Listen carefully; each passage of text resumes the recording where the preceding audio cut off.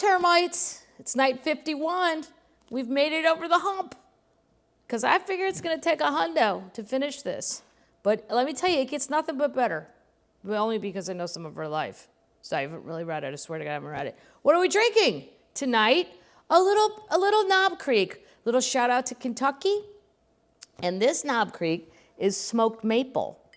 Probably just in case some people from Vermont or Maine or Canada wanted to do the Bourbon Trail. They have a lovely maple-infused bourbon for them to try.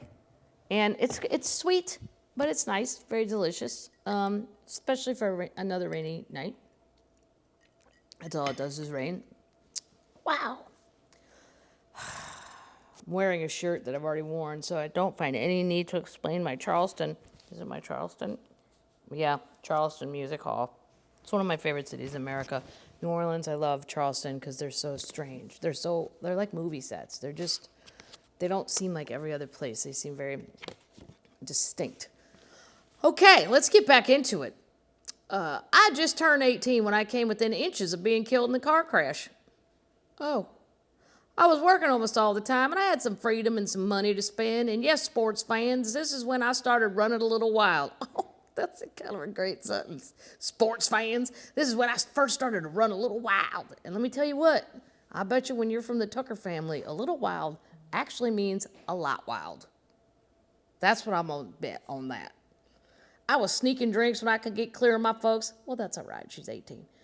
Well, I should say 21 for the video, but you know what I mean. I'm sure I did this. And I'd take a drag from a cigarette every chance I got. Me too. I bought a new Jensen automobile. Never heard of it. And I figured I was hot. I probably wouldn't be behaving any worse than most teenagers, but I was still a virgin and I didn't do any drugs. Well, that's good. But I did take a drink with the boys. We hired a young piano player named Tony Brown for the band, and he and I immediately struck up a close friendship. We weren't exactly dating since I wasn't officially allowed to, but we liked to go to clubs in Nashville. As I said, I was starting to like to party. We're talking in kind of hillbilly terms. That's a warning. That's not just a sentence. That's a warning. I'm starting to take to partying.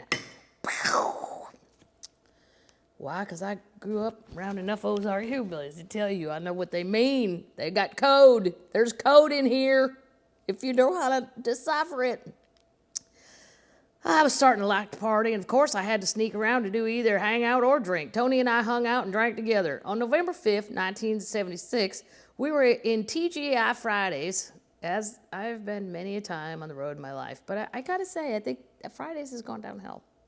Or maybe I've just developed a better palate. But I always liked a lot of the stuff there. And I've been to a few on the road within the last, I don't know. They're hard to find anymore, but within the last 4 years, and they were just, I don't know. Something happened there. Somebody Google that. We were at TGA Fridays after a band rehearsal, and I had some wine. A musician friend, Bobby Seymour, had wanted to trade cars early in that day, so I was driving his black 1973 Mercedes-Benz, and he was driving my Jensen. I'd been thinking about buying a Mercedes anyway, and after I saw it as a good opportunity to try one out. After hanging with Tony at Fridays for a couple hours, we parted company, and I started home. I wasn't really that drunk, but I shouldn't have been driving. Okay, in hillbilly talk, there's drunk, and then there's drunk. And I think we all know what that means. Drunk means shit show. Shit show drunk. Drunk means could be a shit show, could be calm waters. Just depends on what happens next. That's how that's going to roll. So she's saying she was probably a little drunk, but not drunk. Then I went over the bridge about 20 yards from the entrance to the ranch. I skidded on the gravel and lost control of the car. I think the pigskin jacket I was wearing saved my life. How many people could ever say that sentence in their life? That's like Lou's thing. I only went to college because of that horse. Or because of my horse, I went to college. Something like that. He used to do it in his act. So a pigskin jacket. I don't even know what a pigskin jacket is. What is that? I know a football is made of pigskin. There's coats made of pigskin. I've heard of ostrich boots. Pigskin. It was thick. And when I flew through the front window, it helped protect me from the glass shards. My face was a mess, though. I don't really remember anything about this, but they say a nearby farmer found me talking to a tree and went to get help. Yeah, that would be something you'd go get help for. Some lady's face is cut to pieces and she's talking to a tree. Holy shit. When I woke up in the hospital, my parents were there, and my dad had already fired Tony Brown. Well, there you go, Bo Tucker, just blaming Tony. We don't know what he did or didn't do. Do you have any information now? That is another hillbilly move. Lose your temper, 0 to 60. Totally fine.